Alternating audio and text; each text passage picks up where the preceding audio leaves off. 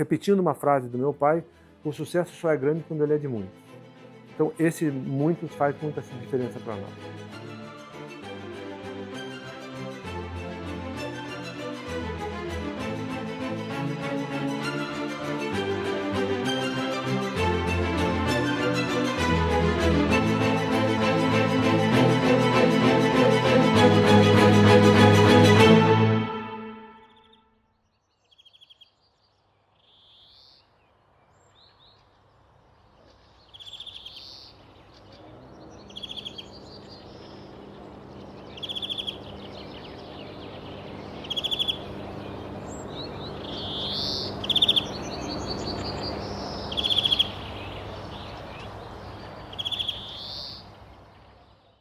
E hoje nós estamos aqui, no coração da Fazenda Serra Azul, no Distrito Turístico Serra Azul, aonde a gente tem, dentro desse distrito turístico, shopping center, outlet, resort, empreendimentos residenciais, enfim, uma infinidade de coisas que ao longo dos últimos 40 anos foram desenvolvidos aqui na região, e a gente vai conversar hoje com um dos mentores desse projeto, com quem trabalhou fortemente para que isso tudo acontecesse.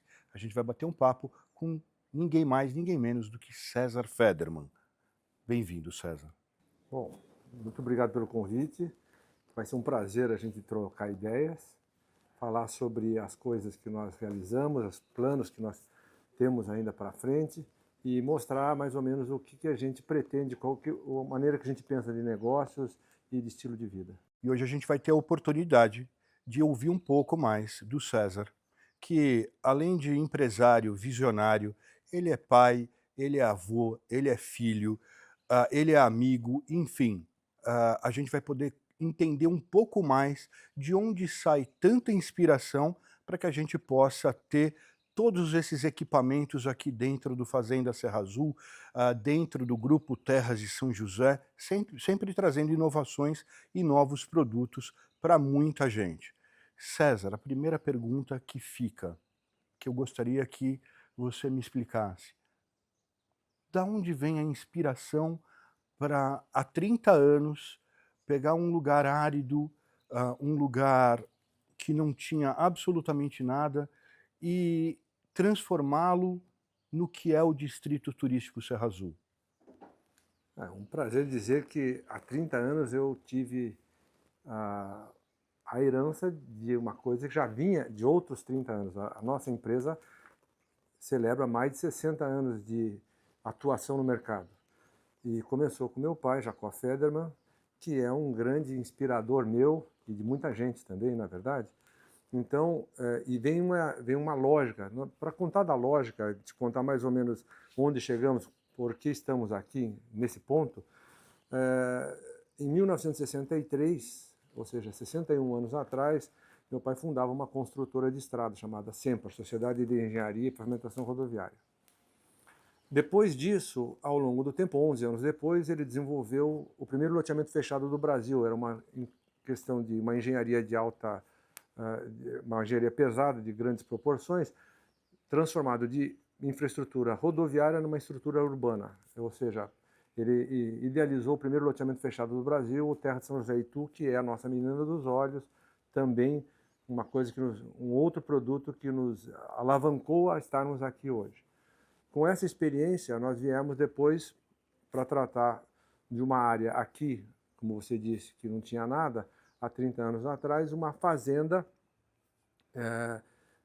de gado leiteiro, para você ter uma ideia, pouca gente sabe disso, e daí nós começamos a desenvolver, então, um projeto inicialmente idealizado para reproduzir o Terra de São José de sucesso em Itu, no Terra de São José voltado ao eixo da Bandeirantes, e não mais a Castelo Branco, como é o caso do Terra de São José Itu. No entanto, quando nós chegamos a esta área, vimos a rodovia dos Bandeirantes ainda nova, sendo ainda construída, na verdade, nem asfaltada estava, e para você ter uma ideia, nós antecipamos um movimento que liga o primeiro mercado do Brasil, que é a cidade de São Paulo, com o segundo mercado do Brasil, que é o interior de São Paulo, mais rico área do Brasil. E nós entendemos que o produto que nós deveríamos desenvolver aqui deveria ter uma alta escala, ela teria outras proporções. Então, em função disso, nós começamos a desenvolver alguns produtos. O projeto, como todo projeto, todo master plan, ele é dinâmico, como vocês sabem, e é quase que eu diria, é uma coisa viva, que ela sofre alterações. Então, inicialmente, imaginamos uma infraestrutura de um parque aquático com empreendimentos urbanísticos em volta. Quando nós vimos nesse estudo um novo potencial, muito maior do que nós imaginamos. Já era uma ideia diferente, depois ela começou a tomar vulto. E isso se reproduz em todas as vezes que nós idealizamos algum produto novo. Eles superam os projetos iniciais. Então, assim foi com o shopping sobre a rodovia dos Bandeirantes, que era para ser construído 2.000 metros quadrados sobre a rodovia, hoje tem 5.600 metros quadrados. Imaginamos um parque aquático de 50.000 metros quadrados, hoje tem 116.000 metros quadrados.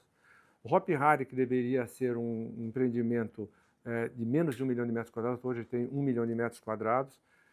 O Hotel Siam, que era um hotel de 80 apartamentos, são 220 apartamentos. E o Outlet Premium, que são as fases iniciais, que deveria ser um projeto de 16.000 metros quadrados, hoje tem 40.000 metros quadrados. Esses números representam o seguinte: todos os estudos de viabilidade que a gente iniciava já com otimismo, eles se mostraram muito mais potencializáveis do que realmente ele se prestou.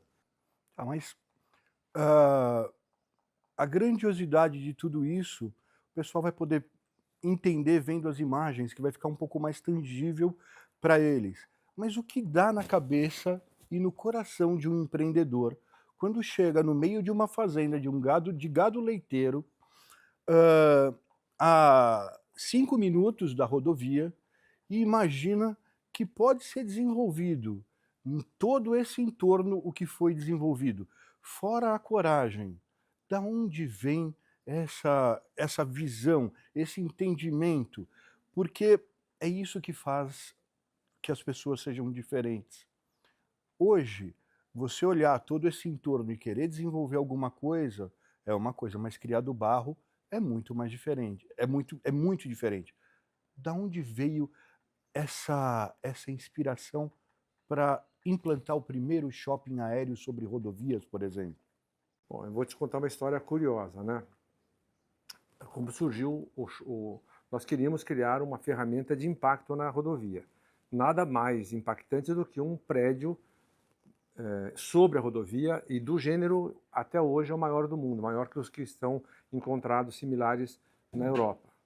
E ele se transformou de um simples restaurante aéreo, que deveria ser, no princípio, para um shopping sobre a rodovia, e premiado, felizmente premiado como o melhor projeto do Brasil em 1989, metálico, e um dos 5 finalistas na FIABS em Paris, ou seja, um prédio com reconhecimento de terceiros, de entidades que dão um grande aval na qualidade do produto que nós fizemos.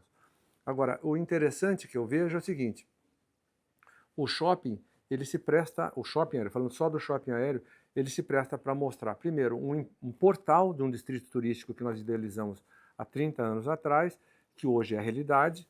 Então, você veja bem, esse portal existe, é um marco, é um equipamento importante para o distrito turístico e para a região.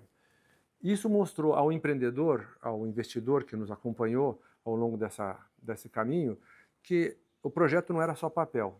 Existe ideia, existe realização, existe relacionamento no mercado, existe um relacionamento político, existe a ideia, a vocação, a operação. É todo um conjunto que desenvolve um empreendimento que é saudável há mais de 30 anos. E ainda permanece como o maior do mundo, como desde então. Então, a ideia era criar uma ferramenta de marketing para mostrar capacidade financeira, capacidade técnica, capacidade operacional. Todos esses objetivos foram atingidos, o que possibilitou depois das pessoas que foram ver as áreas do entorno com um novo olhar. Esse novo olhar, ele transformou com outros parceiros, maiores que nós, menores do que o nosso grupo, etc. e tal, de diversas vertentes, para o desenvolvimento das fases seguintes, que foi o parque aquático, o parque temático, o hotel e o outlet premium. Então, de uma forma resumida, eu estou andando pela rodovia dos Bandeirantes, aí eu tenho uma ideia, vou fazer um shopping aéreo sobre rodovias, que não existia na América Latina. Aí vocês vão lá, desenham, investem e constroem. E aí começa o grande portal do Distrito Turístico do Serra Azul, que hoje ele está mais do que implantado. E aí um belo dia vem a vontade de fazer um parque de diversões. Como é que vem isso? Da onde vem? Porque é muito difícil você falar, poxa, eu vou fazer um parque de diversões num país como o Brasil, que não é um país fácil de se realizar as coisas. Então, eu vou te contar. Basicamente, quando nós estávamos no processo de aprovação do shopping aéreo, que é uma coisa diferente, demorou 3 anos para ele ser aprovado, porque realmente não existia um entendimento ainda do que era aquilo. Era uma inovação muito agressiva, vamos dizer assim. Naquele tempo, imagine vocês, não tinha computação gráfica para explicar como é que era o processo, como é que seria feito toda a parte operacional, infraestrutura desse prédio.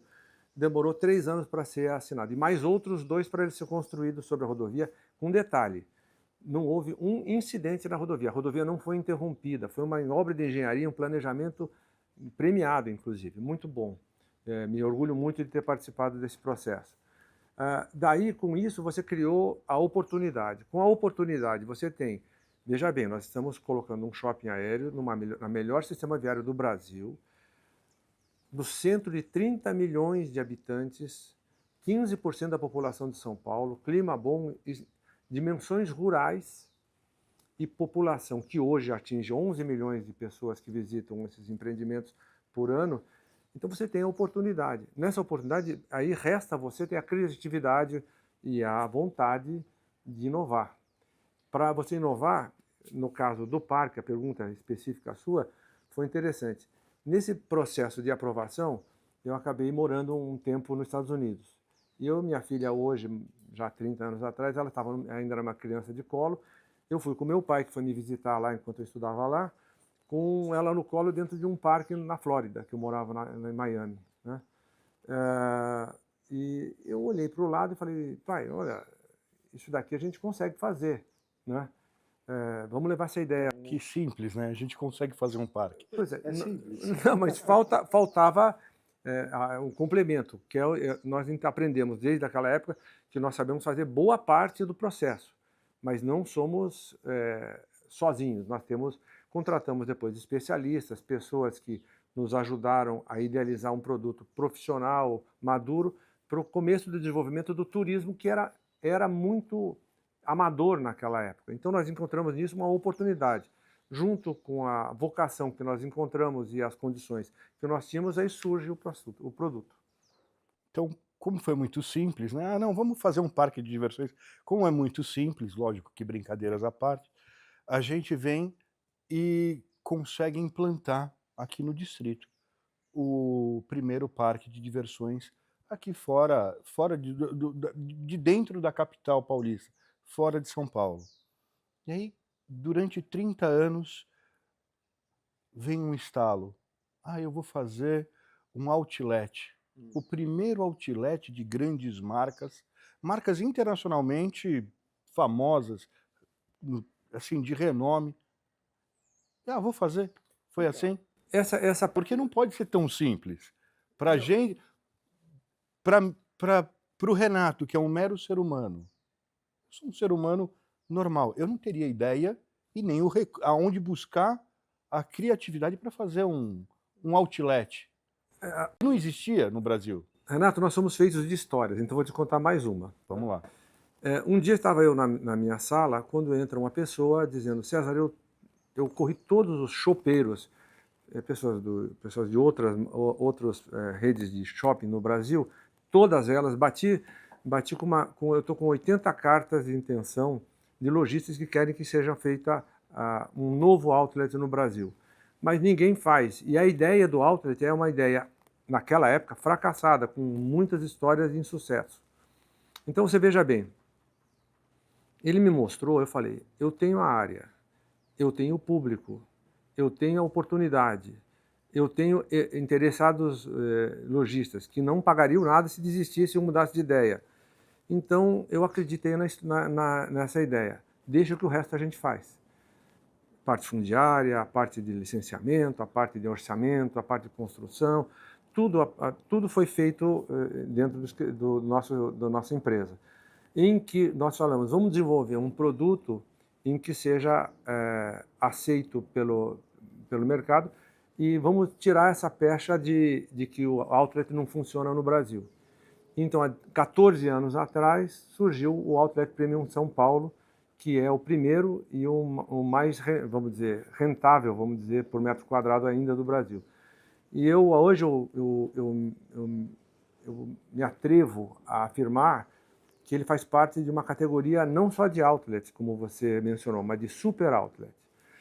Existem outros outlets que buscaram a mesma solução e não atingiram o mesmo sucesso porque se instalaram em regiões, em acessos piores, em estradas piores, em regiões menos favorecidas e um projeto muitas das vezes não eficiente como é o nosso. Tem vários pontos que eu quero te contar do outlet. Hoje nós temos 6 milhões de pessoas que param no outlet para consumir algo. 6 milhões de pessoas ano? Ano, 6 milhões de pessoas ano, que passam em média 4 horas por visita aqui. Então nós temos uma grande população. Coisas que me dão prazer, e até entrando num lado que a gente não comentou, dos negócios, que é a satisfação de ver o negócio acontecer de uma maneira independente. Isso quer dizer o seguinte, que todos os empreendimentos que nós estamos comentando aqui, eles são sinérgicos, mas não dependentes. Um ajuda o outro e não atrapalha o outro. Olha que interessante. Então, alguém que vai no parque, ou vai no shopping, ou vai no hotel, e vai no outlet, eles se valem da vizinhança, mas o maior sucesso ou o menor sucesso de um ou de outro não impacta negativamente, ele só pode somar. Então, isso eu quero te dizer. Você fala, como é que foi pensado lá atrás? Como é que eu penso hoje sobre isso? Lá atrás era mais difícil porque ninguém vislumbrava ou não visualizava melhor o que é possível fazer. Hoje é muito mais fácil você fazer novos empreendimentos porque já viu que é possível e que as coisas funcionam, checadas pelos mais rígidos e rigorosos investidores do Brasil. E a coisa acontece com sucesso, todos com sucesso. E aí o que você me traz é que entra uma pessoa na tua sala, depois de você já ter feito o shopping aéreo sobre rodovias, ter, enfim, começado todo esse desenvolvimento aqui no distrito turístico, com um projeto na mão, uma ideia na mão. Não era projeto. Era só uma ideia na mão e algumas intenções, porque hoje o outlet é muito maior do que apenas 80 lojistas, e uma ideia que havia sido rechaçada por profissionais competentes do segmento, falando, não, isso não vai funcionar. Aí vem a coragem e a intuição. Falou, não, vamos fazer. E aí, depois de alguns anos, hoje a gente tem um super outlet implantado. Contra tudo e contra todos. Como é que vira essa chave? Então, eu vou te contar, nós vamos contar muitas histórias. Então, basicamente, quando nós começamos então a desenvolver o projeto, toda a parte, desenvolvemos a construção e tudo mais. Vou lhe contar uma coisa que pouca gente sabe, mas há 3 meses da inauguração, tinha mais de 50% de vacância. 50%? Metade do outlet estava vazio. Estava vazio. E eu, preocupado, óbvio, né? Fizemos então uma promoção de fazer um almoço no local. Quando vinha para cá, aqui é uma região muito seca, eu digo, o índice pluviométrico aqui é muito favorável para desenvolvimento de atividades ao ar livre. Então chove pouco. E daí, para você ter uma ideia, quando eu vinha vindo para cá, caiu um mundo de água. Caiu um mundo de água, eu falei, mas que azar, vai ser terrível, porque a obra está em barro ainda, né? Sim. Quando as pessoas viram que a drenagem funcionava, que a obra estava perfeita, houve uma euforia, o efeito foi exatamente o contrário. Inauguramos 3 meses depois com 100% de ocupação. 100% de ocupação. De lá primeiro dia. 15 mil convidados, todos eles, eu quando estava fazendo o discurso de inauguração, os lojistas pediam para eu apressar porque eles queriam começar a vender, abrir as lojas. E hoje, quantas lojas nós temos no outlet? 140. São 140 lojas funcionando. Já passamos por quantas expansões? 8. Tem mais alguma coisa vindo? Tem, porque nós começamos com 108 mil metros quadrados de terreno. Compramos uma área vizinha de 143 mil metros, ou seja, dá para mais do que dobrar esse tamanho. Já usamos parte dela para a 8ª expansão e temos bons recordes. Por exemplo, contar uns dados assim curiosos para enriquecer a nossa conversa. Uma das lojas de material esportivo vendeu 32 mil pares de tênis no mês. Isso chamou o pessoal do exterior para ver o que estava acontecendo aqui. E criou um grande problema. Esse grande problema foi que as pessoas não gostam de levar as caixas de papelão, porque ocupa espaço. Então, qual o problema que nós tivemos? Tivemos um problema de descarte de papelão. Solução: doamos para uma ONG e esse excesso de papelão sustentou 8 famílias até hoje numa reciclagem dos produtos. Então, os problemas viram soluções. Eu acho esse é um processo interessante. Vamos, então, começar a migrar um pouquinho por aí. Há 30 anos nós não tínhamos nada, só uma rodovia cortando aqui o distrito que não existia. Hoje a gente tem o Shopping Serra Azul, não falando só de Shopping Serra Azul, e de Outlet Premium, Super Outlet Premium. Quantos empregos nós conseguimos gerar só com esses 2 empreendimentos? Eu fiquei contente, contente não, era uma época muito triste para nós, na época do Covid, quando nós tivemos que providenciar a vacinação de funcionários diretos e indiretos no outlet. Nós tivemos mais de 2.000 vacinas fornecidas aos funcionários diretos do outlet, só do outlet. Então, eu tenho esse número em torno de 3.000 pessoas só nesses 2. Em todos os complexos, 5.000 pessoas. São 5.000 pessoas diretas empregadas. E isso gera uma receita em tributos para o próprio município, que a gente está no município de Itupeva, que eu imagino que você nem tem esse número, você consegue ter uma grandeza desse número só de tributos que se gera para o município poder atender sua população. Nós somos os maiores geradores de emprego e de impostos do município, com uma vantagem interessante. São pessoas que vêm aqui gastar no município. Não requerem de contrapartida creches, nada. Ele vem criar receita para o município, enriquecendo o município, sem exigir dele de volta qualquer contrapartida. Então é uma receita muito bem-vinda e não poluente, bem sustentável, eu quero dizer. Então a pessoa vem, faz as compras dentro do outlet, esse tributo fica na cidade e a pessoa vai embora para a sua cidade de onde ela vive, sendo que para a cidade só fica o recurso econômico mesmo. Aí a gente passeando aqui pelo distrito turístico Serra Azul, a gente olha para um lado, vê o Outlet Premium, olha para o outro lado, vê o Shopping Serra Azul. E aí, de repente, a gente se depara com um resort, o Cian, que no começo eram para ser 80 apartamentos. Hoje a gente tem um parque aquático, enfim, um resort fantástico. Como é que se deu isso? Porque primeiro que a operação não é fácil de um hotel, a gente sabe disso.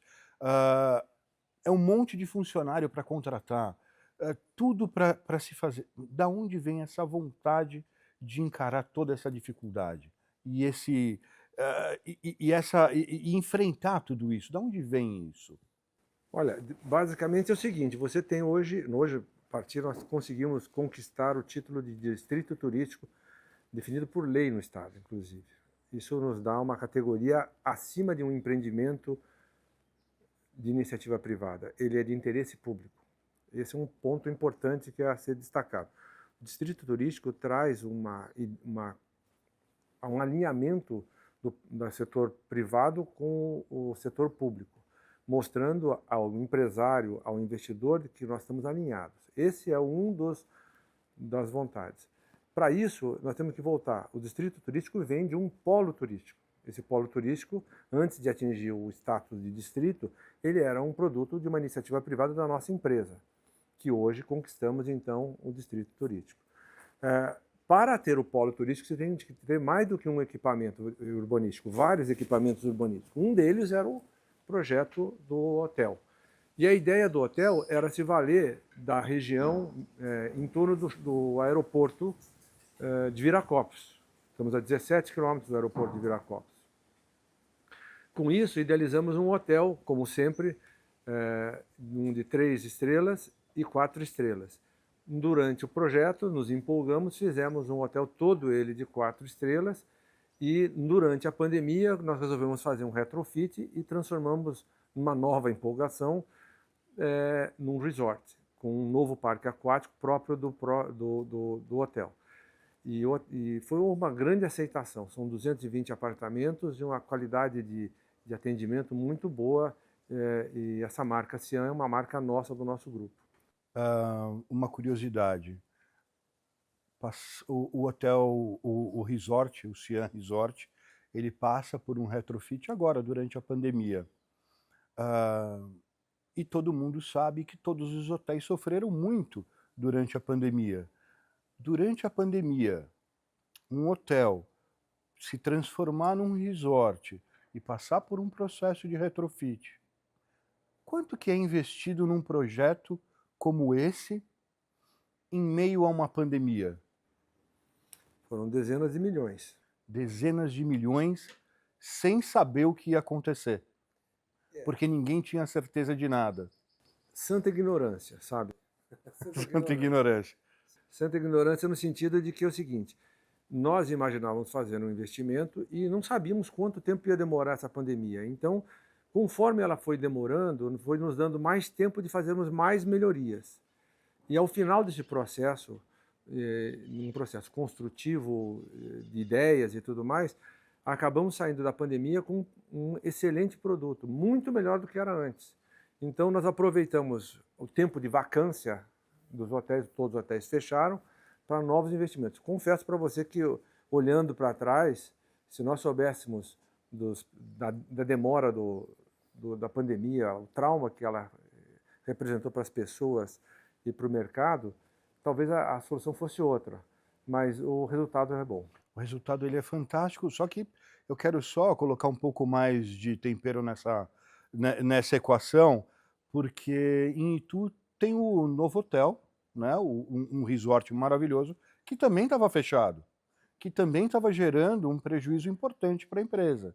Então, somando-se os prejuízos que a empresa estava enfrentando com o Novotel e com o Cian, vocês resolveram investir dezenas de milhões no retrofit do Cian. Então... Sabe o que é, Renato? Os nossos produtos eles têm que ser pensados a longo prazo. A curto prazo eles deram realmente prejuízo, mas nós temos que aproveitar isso para alavancar novos ganhos futuros. E nós acreditamos muito no Serra Azul, como acreditamos também nos empreendimentos que são voltados mais para a região de Itu, o Serra de São José, onde nós entendemos que é a região mais rica do Brasil. Nós estamos aí falando de um produto dedicado a um grande mercado consumidor. Nós sabíamos que um dia essa pandemia sairia e um dia esses esforços seriam recompensados. Com toda essa vontade e essa crença de acreditar que tudo foi muito bem feito, e realmente foi muito bem feito, a gente está falando numa história de hoje, quantos apartamentos que o grupo tem só em hotelaria? São 343 apartamentos em Itu, no Novotel, Resort Novotel, Itu, e temos mais 220 aqui. Ou seja... E agora temos novos outros projetos, mas que deverão somar a esse número, né? Então, só aqui no Serra Azul a gente tem já um hotel implantado, temos, na minha opinião, o melhor outlet de grandes marcas do Brasil implantado aqui no Distrito Turístico do Serra Azul. Temos o primeiro shopping aéreo, acho que o único shopping aéreo sobre rodovias da América Latina. E aí a gente está aqui no coração da Fazenda Serra Azul, com quase 1000 terrenos implantados, divididos em 2 empreendimentos, que é o Fazenda Serra Azul 1 e o Fazenda Serra Azul 2. Da onde veio, de novo, a vontade de acreditar que um lugar ermo, uma fazenda de leite, pudesse se transformar num lugar tão maravilhoso para se viver?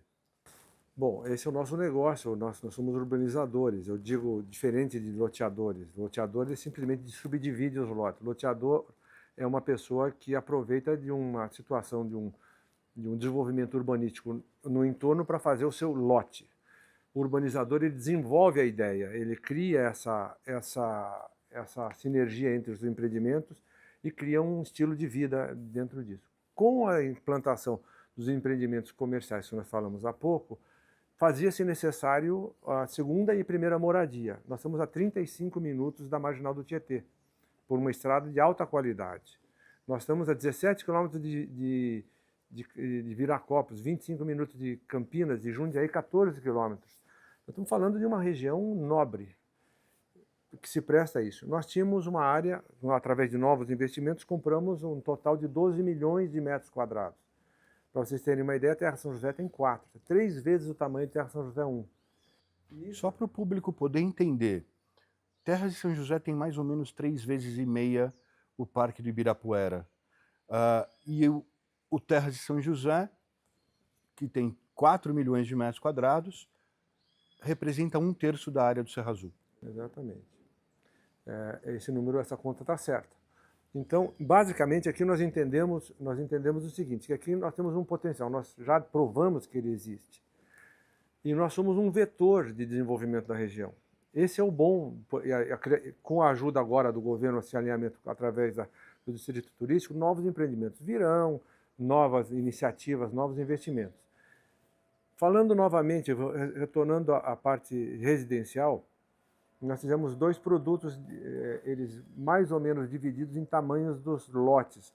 Um é de 800 metros quadrados, uma área já abundante, e esse outro, o Serra Azul 1, de 1.200 metros quadrados. No caminho que eu vim para cá, eu fiquei impressionado com a qualidade das casas, a integração com a natureza, a qualidade de vida, que esse é um ponto importante, que nós conseguimos não sozinhos, mas através das pessoas que acreditaram nos nossos produtos, compraram lotes nossos, e desenvolveram excelentes casas. Uma urbanização não se limita ao desenvolvimento de um empreendedor, mas sim de uma ideia que é acreditada entre muitos, centenas de pessoas. Então, esse ponto é importante, dar o mérito aos nossos clientes. Isso é uma coisa muito importante. Bom, a gente falou um pouco sobre os residenciais, o Fazenda Serra Azul 1, o Fazenda Serra Azul 2, e novos residenciais estão vindo aí. Um dos projetos que vai, eu acho que embalar tudo isso, é o campo de golfe. César, vou te pedir para me contar um pouco sobre o campo de golfe. Qual o tamanho, quantos buracos, projeto? Conta um pouco para a gente. Olha, o campo de golfe é um equipamento importantíssimo no desenvolvimento urbanístico de empreendimentos de alto padrão.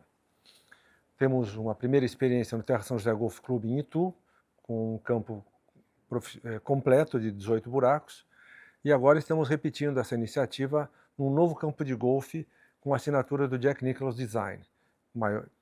Para quem não sabe, Jack Nicklaus é o Pelé do golfe mundial, que mais títulos teve em toda a história do mundo, e ele hoje transmite toda a experiência, todos os campos que ele conheceu no mundo, através de projetos ao longo do mundo, e será o primeiro no Brasil com a assinatura do Jack Nicklaus Design.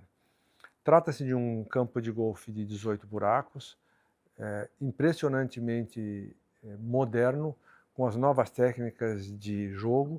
Isso porque um fato curioso que acontece no campo de golfe é o seguinte: ao longo do tempo, os campos de golfe, em função dos equipamentos mais avançados, fibra de carbono e tudo mais, os campos de golfe passaram a ser curtos, ou seja, um campo de golfe, para o pessoal entender, geralmente ele é feito com 72 tacadas, porque era o normal de ser feito. Com os novos produtos, materiais feitos, os campos passaram a ficar mais curtos, entre aspas, porque os tacos passaram a ser mais eficientes. Nós temos então a oportunidade, pelo fato de estarmos fazendo um novo campo, a devolver essa dificuldade que tinha originalmente. Estamos alongando o campo de golfe, então o campo de golfe vai ter 7.200 jardas. Isso quase 7.000 metros de extensão ao longo de distribuídos em 18 buracos, como um campo de golfe deve ser. E vocês vão ver, porque a tecnologia disso, a irrigação, o tipo de grama, parte de sombra, parte do shape, é toda uma parte muito interessante, muito sofisticada, porque merece uma explicação em loco, porque, de fato, é uma coisa muito interessante. Para contar para vocês uma curiosidade do campo de golfe.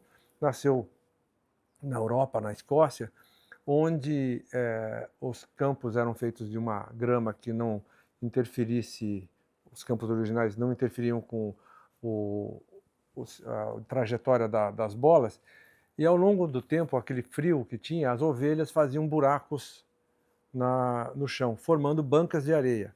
Então isso, o projeto, ele reconstitui essa situação original das bancas de areia, onde tem as penalidades, onde você cai a bola, onde tem a dificuldade das curvas, o shape tem que parecer o mais natural possível. É uma obra de arte, vocês vão ver. Esse campo tem previsão para o pessoal começar a jogar nele a partir de quando? Previsão, vamos deixar só claro que é uma previsão, porque as obras podem se atrasar ou se adiantar. Uma previsão de quando? Foi uma insistência muito grande que nós fizemos, queríamos fazer. É o terceiro projeto que nós fazemos por várias imposições de topografia, de licenciamento, etc. e tal. Nós conseguimos então desenvolver, e hoje já se encontram prontos 9 buracos, mais o driving range, que é onde faz o aquecimento e as aulas, o início do jogo. Outros 9 já estão em construção, 9 já estão prontos para jogo, e outros 9 estão em execução para mais um ano. Nós temos condição de ter 18 buracos pronto. Dentro disso também vai ser construído agora um clubhouse muito bacana, que vai impressionar, vai ser uma arquitetura impressionante para atender o público que vai jogar. E um detalhe importante, o campo de golfe, assim como a hípica, que é um lugar muito interessante, uma hípica coberta, raríssima disso, com uma qualidade muito boa de infraestrutura, ela forma empreendimentos que nós chamamos de empreendimentos satélites. Nossas urbanizações, elas têm a aventura não a aventura, eu teria a condição de dizer de que trata-se de uma coisa inteligente dos nossos empreendimentos. Esses empreendimentos satélites, eles são empreendimentos feitos para o uso e a preferência dos clientes Terra de São José. No entanto, caso eles não queiram se valer dos cavalos, dos campos esportivos, da parte do campo de golfe, não custa nada a ele. E dá a possibilidade de que a gente consiga clientes que venham a operacionalizar o custo, ou aliás, custear a operação desses empreendimentos, tornando o custo dos condomínios muito razoáveis nossos. Então, esses empreendimentos satélites, ele completa um estilo de vida. Campo de golfe, restaurantes, lojas, hotéis e centros hípicos, tudo isso faz parte de um conjunto maior. Então, você está me dizendo que a pessoa pode comprar um terreno, tanto no Fazenda Serra Azul 1 quanto no Fazenda Serra Azul 2, se beneficiar de ter uma hípica logo ao lado, né, que dá para ir a pé, um campo de golfe logo ao lado, que dá para ir a pé, e ele não tem que pagar por isso, só vai pagar se ele usar, é isso? Essa é a estrutura hoje que nós temos, e a pessoa tem mais, a pessoa ela pode usar não só um campo, mas 2 campos.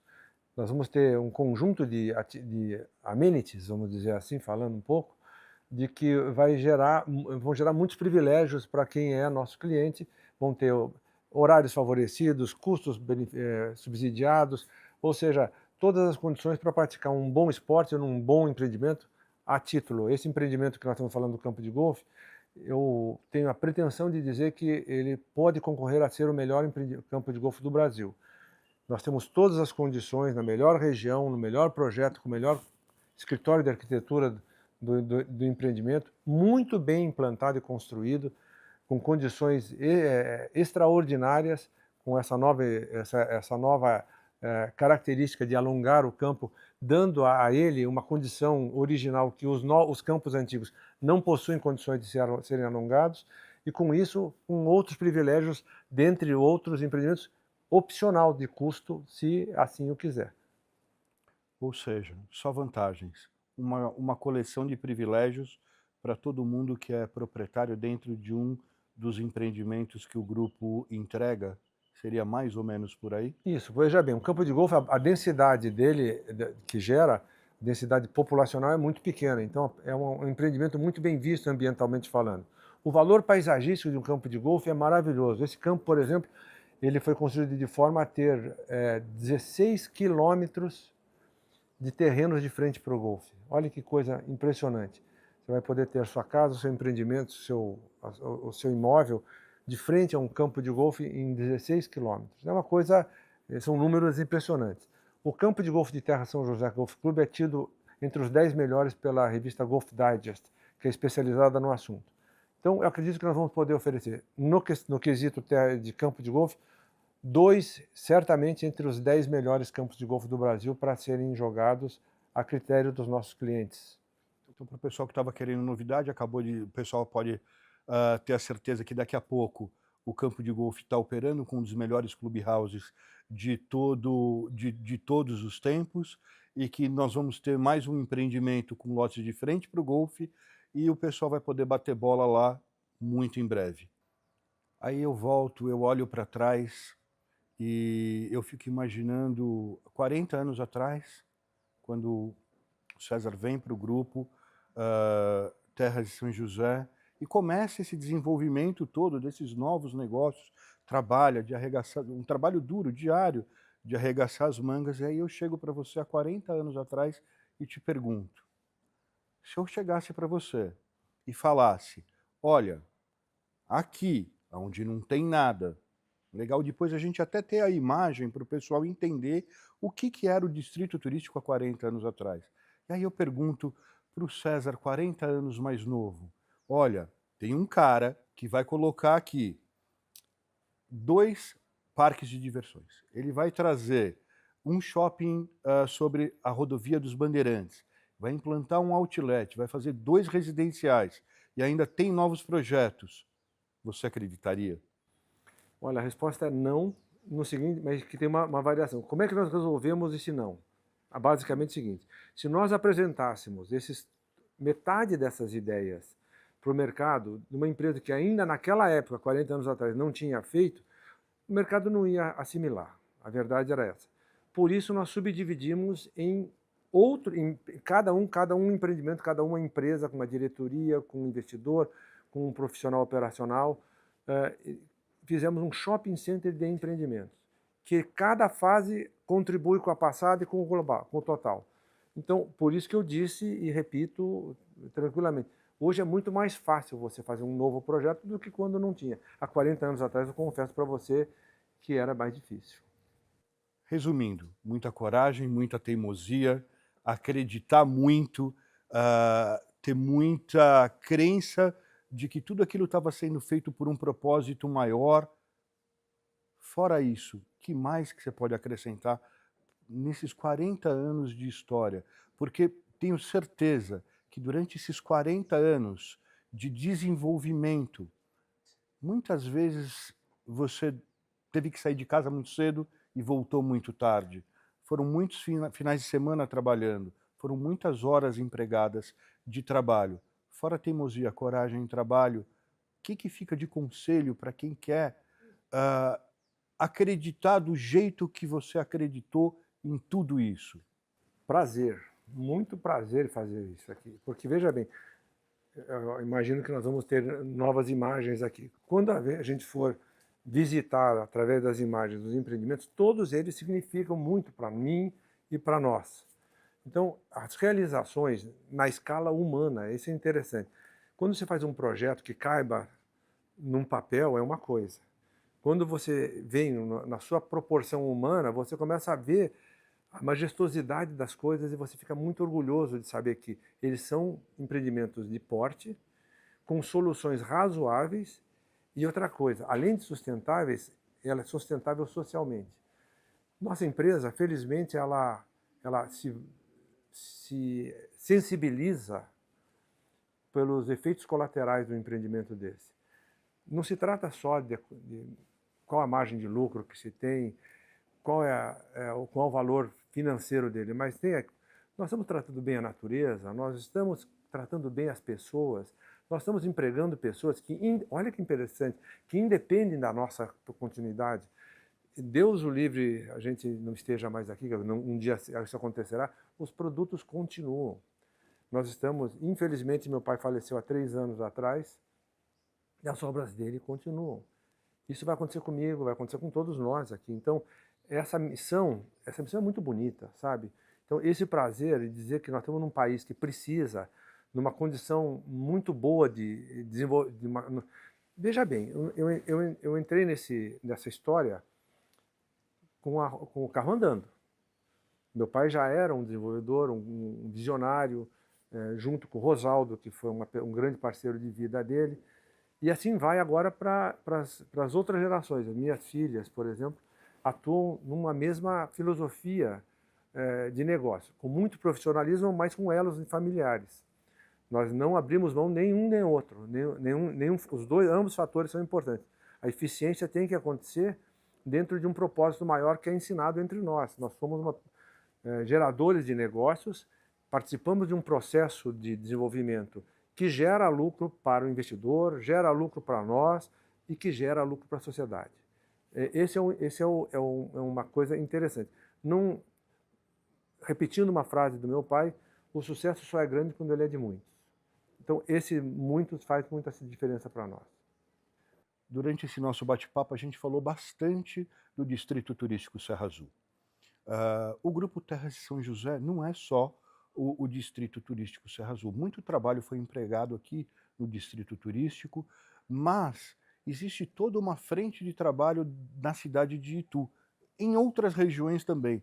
Mas a cidade de Itu, o que se foi construído é impressionante. Eu queria entender de você, César, o tamanho desse trabalho e desse esforço empregado na cidade de Itu. O que a gente já fez por lá? Bem, Itu foi uma excelente parceria, nos recebeu de braços abertos, com a região pela sua localização e por outros fatores importantes também, clima, por exemplo. Então nós podemos dizer o seguinte, que nós fomos muito bem recebidos em Itu, isso na década de 1970. E de lá para cá, nós conseguimos atingir números significativos. Hoje, se você computar a mancha urbana, nós fizemos 33% da mancha urbana atual, ou seja, da cidade aumentada, 33% somos nós que fizemos. Se nós fizermos uma analogia, da mancha urbana original, nós fizemos mais de 50% da cidade original, mas hoje, já com ela aumentada, nós representamos mais de 33%. E empreendimentos... Posso só fazer uma pergunta para ficar claro para o pessoal que for assistir? Isso a gente está falando em via pública ou em condomínios que a empresa desenvolveu? Claro, em empreendimentos residenciais que nós desenvolvemos na cidade. É importante essa lembrança sua. Basicamente, então, nós podemos corrigir a explanação de uma maneira a dizer que 33% da mancha urbana em área, em lotes, em ruas, quadras esportivas, campos de golfe, nós representamos um terço da cidade aumentada já. E se nós compararmos com a mancha urbana original, nós teríamos, esse número passaria de 50%. Mas tem um outro fator importante. A ideia que nós levamos para a cidade influenciou em concorrentes nossos, que se somados aos 33% nossos, chegam a 47% da mancha urbana atual. Então podemos falar em 50% da cidade de Itu são condomínios residenciais que foram desenvolvidos ao longo desses 40 anos? Feitos por nós... A grande maioria? A grande maioria e por empreendimentos similares. Nós 33% e mais 14% de concorrentes, vamos dizer assim. Então, o Grupo Terras de São José, na cidade de Itu, desenvolveu dezenas de empreendimentos e milhares de lotes. Com um fator importante para dizer, numa das últimas conversas que tive com o setor público, com a presença inclusive do meu pai, nós fomos demonstrar esses números para as autoridades públicas de lá. E nesse estudo que fizemos, representou um número interessante que eu gostaria de expor aqui. Vamos dizer que nós chegamos a 33% da área feita por nós, e da ideia que nós levamos para lá, 47%. Geraram os terrenos, as propriedades de mais alto valor, o que diz e implica que esses números, vamos dizer que na questão de recolhimento de impostos prediais e territoriais, se nós temos 50% de área física com um índice de um peso maior do que um bairro mais popular, eu tenho facilidade em afirmar que mais do que 50% dos impostos prediais e territoriais são arcados são contribuídos por essa ideia.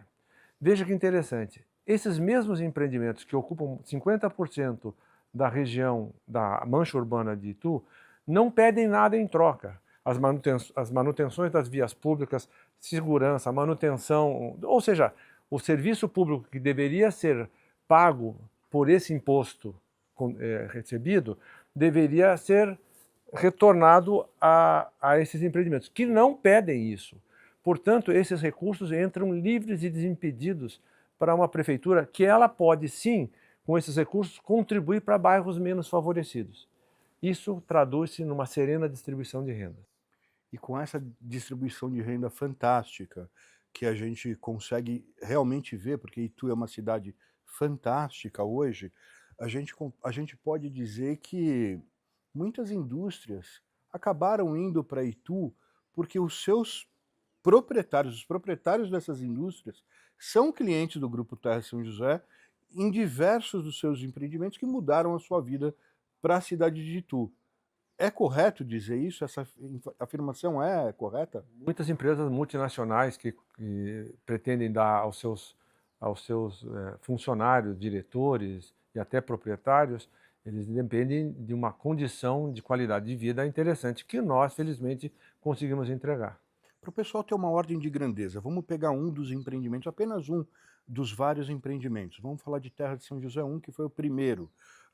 Em Terra de São José 1, hoje a gente tem mais ou menos 800 residências implantadas. São residências em lotes de mais de 2.000 metros quadrados, são residências enormes, e onde tem muitas pessoas trabalhando. Nós temos mais ou menos a ideia de quantas pessoas vivem hoje de Terras de São José? Esse número é 50%. Não vivem vivem do empreendimento, que sim. trabalham no empreendimento. Veja bem, por dia nós temos mais de 3.000 acessos na portaria do Terra São José 1. 3.000? Por dia. Nós temos Terra São José 2, que é um outro tanto, temos outros empreendimentos, então é um número expressivo. É um número expressivo. São 3.000 funcionários que ingressam dentro de Terra São José 1 para trabalhar. E isso eu estou pegando um empreendimento dentre vários empreendimentos. Então, fora o empreendimento não gerar nenhum tipo de custo para o poder público, ainda gera toda essa mão de obra, esse emprego direto dentro dos empreendimentos. Existe uma estatística que diz que cada empreendedor ele gera no mínimo 5 novos empregos indiretos. Então você veja bem, se nós temos 850 casas lá, entre jardineiros, engenheiros, pedreiros, carpinteiros, decoradores, etc. e tal, nós podemos falar de em torno de 5.000 pessoas, 4 a 5.000 pessoas que são diretamente afetadas. E quando eu digo de 3.000 acessos, não são 3.000 pessoas, 3.000 pessoas, carros, caminhonetes, ou seja, é mais do que isso que entra todos os dias. É um controle interessante. Bom, vamos lá. A gente até perde o fôlego de tanta coisa. São 40 anos de história recente, onde a gente tem todo um desenvolvimento da cidade de Itu, a gente tem todo o desenvolvimento do distrito turístico do Serra Azul.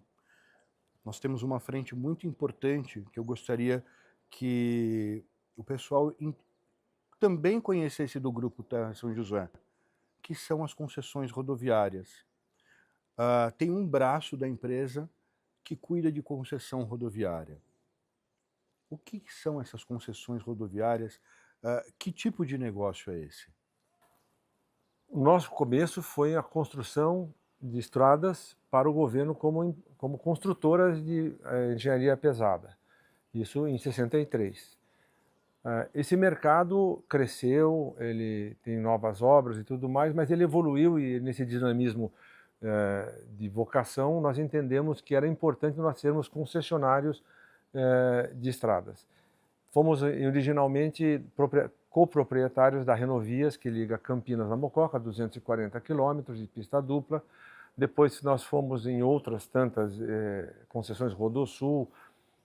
Nós fomos na maior concessão que nós tivemos, que foi a MGO, que liga o Triângulo Mineiro até 100 quilômetros ao sul de Brasília, na BR-050, com 440 quilômetros de pista dupla.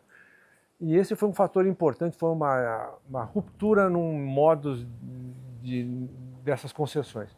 Porque essas concessões, pelo porte que elas representam, elas eram somente admitidas em empresas de porte mundial, vamos dizer, somente grandes players. E nós fomos a primeira empresa de médio porte que poderia, juntamente com outros sócios nossos, rompemos essa blindagem e fizemos um empreendimento de sucesso que hoje estão 440 quilômetros. Hoje temos 2 concessões no estado de Mato Grosso do Sul, que representam outros 400 quilômetros, e esse é o nosso futuro para a gente entender, porque entendemos que é o futuro da construção civil de grande porte. Então vamos lá, porque é tanta coisa que para a gente conseguir colocar isso em um desenho na cabeça de quem está assistindo é muito complexo. Então a gente tem a parte de shopping center, que a gente tem Shopping Serra Azul, Outlet Premium e por aí vai. Aí nós temos a parte de resort, com o Novo Hotel, com o Cian. Aí nós temos a parte de concessões rodoviárias, que a gente acabou de conversar. Aí tem toda a parte do distrito turístico. Aí nós temos toda a parte de loteamento. Nós temos toda a parte de obras de grande porte, construções de estrada, pontes, viaduto. Isso tudo num período muito curto, num país que não é fácil. E aí eu pergunto para o César, que participou de tudo isso, que trabalhou muito ao longo desses 40 anos. E os próximos 40 anos? O que você vai aprontar? Tudo isso que foi feito no passado permanece com a mesma característica. Para você saber o que você quer fazer, tem que saber quem você é, ou seja, de onde você parte. Então, nós partimos da ideia de que nós somos, ao longo do tempo, começamos a ser construtores de estradas, depois nós nos transformamos em concessionários, passamos a ser urbanizadores, passamos a ser desenvolvedores imobiliários, através dos distritos, dos parques, dos hotéis, dos empreendimentos comerciais e residenciais. E hoje nos classificamos como originadores de negócios. E nessa originação de negócio nós entendemos que participamos de toda a viabilidade de engenharia orçamentária ou não, ou construtiva, soluções, especificações de métodos construtivos e tudo mais. Essa engenharia se baseia juntamente com o mercado imobiliário, seja ele residencial ou comercial, para criar condições para grandes outros novos projetos que deverão vir. Para isso, tem que formar um embasamento jurídico, fiscal. Por exemplo, a criação do distrito turístico, que é muito abstrato para as pessoas, o que representa o distrito turístico, que seria o correto alinhamento entre a iniciativa privada e o governo, para dizer, olha, queremos desenvolver um projeto turístico de primeiro mundo, aos moldes que foram feitos na Disney World e na Flórida, onde criou uma grande valorização de todo o estado da Flórida, em especial na região de Orlando. Condições para reproduzir na escala brasileira o que seria saudável para o turismo brasileiro, que é um grande gerador, absorvedor de mão de obra, uma indústria limpa, uma empresa perene, bem distribuída e bem diluída em questões de riscos, né? Então nós chegamos à condição de dizer, do distrito turístico ele cria o alinhamento, primeiro ponto. Segundo ponto é o fomento, é o seguinte, eu quero fazer aqui um empreendimento novo, eu tenho uma ideia nova. Se você for no empreendimento normal, você vai entrar com um projeto que te custa e tudo mais, e vai para o Estado vai cobrar para analisar o teu projeto. Nesse caso, o Distrito Turístico ele vai incentivar, não vai cobrar ou vai cobrar taxas mais palpáveis, para você poder tentar a tua ideia. Num terceiro momento mais ambicioso que ainda está por vir, é créditos para empreendimentos turísticos ou afins. Então são 3 níveis de profundidade que nós queremos chegar. Essas bases foram criadas para novos empreendimentos. O que virão nesses novos empreendimentos? Novos parques, novos hotéis e novos empreendimentos de uma grande gama. Nós temos, por exemplo, 5 projetos hoje simultâneos correndo numa estrutura de negócios que é muito leve, que ela funciona da seguinte maneira. Nós somos os originadores e desenvolvedores imobiliários. Nos associamos a um grupo profissional, operacional, e conjuntamente desenvolvemos ideias, estudos profissionais que desenvolvem um master plan e um business plan que eu chamo de book.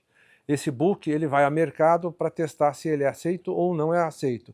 Se ele não for aceito, ele volta no looping para ser corrigido até uma hora que ele sai desse looping e ele vira aceitável para o mercado. Ele vira o funding, a construção e a operação. Nesse ponto, nós, um grupo que quer ser grande, mas não quer ser inchado, nós nos transformamos em investidores. Nessa questão, participamos de vários comitês. Eu participo do comitê dos outlets, dos hotéis e dos empreendimentos todos, como uma forma de... nós não entramos na operação, objetivamente falando. Então, todos os empreendimentos, eles nos libertam. Quando nós entregamos o dia de chave na mão, nós nos libertamos disso daí e não ficamos com as mãos livres para desenvolver o próximo projeto. Então, nossa capacidade ainda fica mais difícil de ser esgotável. Bom, a gente está ganhando de presente uma aula de business, de perseverança, de coragem, de tomar risco, mas aonde que o César estava ontem à noite? Ontem eu estava fazendo uma coisa muito gostosa, que era passar as terças-feiras com a minha mãe. Minha mãe, ela é uma mulher de 93 anos, em novembro ela fará 94, e ela gosta muito dessa companhia em todas as terças que eu vou para lá, fora os finais de semana. Teve um dia que eu liguei pro César e ele estava jogando baralho com a mãe numa terça-feira à noite. Então, a gente que tem esse convívio mais próximo sabe o filho que você é, a importância que você tem na vida da dona Juracy. E a gente sabe que você é um pai zeloso, que criou 2 filhas lindas e inteligentes, a Natália e a Andréia. E como avô, como é que você é? Isso é um sorriso só. Eu sou avô de um casal de gêmeos, 2 anos e meio, e são deliciosos. É uma nova fase de vida e que nos dá incentivo para continuarmos, e pelo contrário, eu imaginava que nessa fase, talvez com algumas obras concluídas, algumas fases de vida concluídas, talvez eu fosse pensar em ter um novo ritmo. Quando eles vieram, essa história foi por água abaixo. Então, o prazer que eu tenho e a vontade de que isso seja perpetuado através deles é uma vontade, é o que nos incentiva. O que eles podem esperar do vô? Muito amor e atenção, isso sim. Assim como eu gosto de dizer o seguinte, nós somos feitos de histórias e essas histórias são muito importantes para nós. Nesse ambiente que nós estamos aqui, minha filha casou. E eu tive a condição de contar naquela hora de que eu sentia, nesse mesmo ambiente que coincidentemente estamos hoje, minha história estava se perpetuando, jogando um pouco mais para frente, já quando as coisas se seguirem o seu ritmo natural das coisas. É a nossa continuidade. E o que eu quero dizer é o seguinte, essa coisa que eu acho que nós, felizmente, conseguimos carregar ao longo dos 60 anos da empresa, e antes, quando meu pai ainda não tinha sua própria empresa, ele começou do nada, meu pai começou como vendedor das lojas pernambucanas, para você ter uma ideia. Formou seu próprio, trabalhou para outras pessoas, juntou um tanto de dinheiro e depois conseguiu formar a sua própria empresa, os seus riscos, os seus solavancos, e estamos aqui hoje. Então, essa história, essa linha de progressão deve continuar. É uma missão que eu tenho como segunda geração, minhas filhas já têm como terceira, e já vamos imaginar outras gerações a seguir. Daqui a 30 anos, 30, 40 anos, quando os seus netos puderem ver esse nosso bate-papo, que conselho você deixa para eles? Inclusive para toda essa geração que está vindo para esse mundo que está mudando. O que fica de conselho de um cara do seu tamanho para toda essa geração? Olha, conselho é uma palavra muito forte, né? Sugestões, eu diria. Sugestões. Fazer o que gosta é uma coisa importante. Eu gostaria, as pessoas que eu gostaria que elas tivessem prazer no que fazem, né? Esse prazer alimenta, de fato, o dia a dia. Imagino você acordar de manhã sem missões a serem cumpridas, né? E aproveitar a existência. Essa é de uma forma elegante. Vamos dizer, você ter projetos que você seja correto e real, no mundo real, possível, não utópico, não lutar contra inimigos invisíveis e que a gente não pode vencer,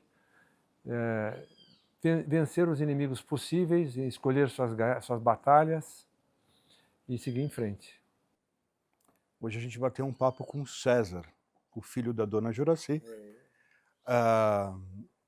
o pai da Natália e da Andréia, e o avô mais modesto da face da terra, porque ele vive falando para todo mundo que ele é o avô dos netos mais lindos da face da terra. Então, queria agradecer ao César mais uma vez pelo tempo, que a gente sabe que é escasso, de estar aqui e poder transmitir para o pessoal um pouco de tudo isso. Eu é que agradeço, porque, na verdade, a gente gosta muito de conversar, a gente bate bons papos, muitas das vezes saindo da parte mais profissional, entrando um pouco na parte pessoal, e é gostoso de saber que existe por trás de uma empresa, dos negócios, existe muita alma, existe muitas missões e muitas coisas para se fazerem num país que precisa de pessoas que criem oportunidades, que vivam dentro de oportunidades que o Brasil nos deu a minha família. Meu avô veio em 1905 para o Brasil sem nada, desceu de um navio e recebeu um país que abraçou uma pessoa que queria progredir. Então, estamos aqui tentando fazer isso desde 1905. Muito obrigado. Eu que agradeço.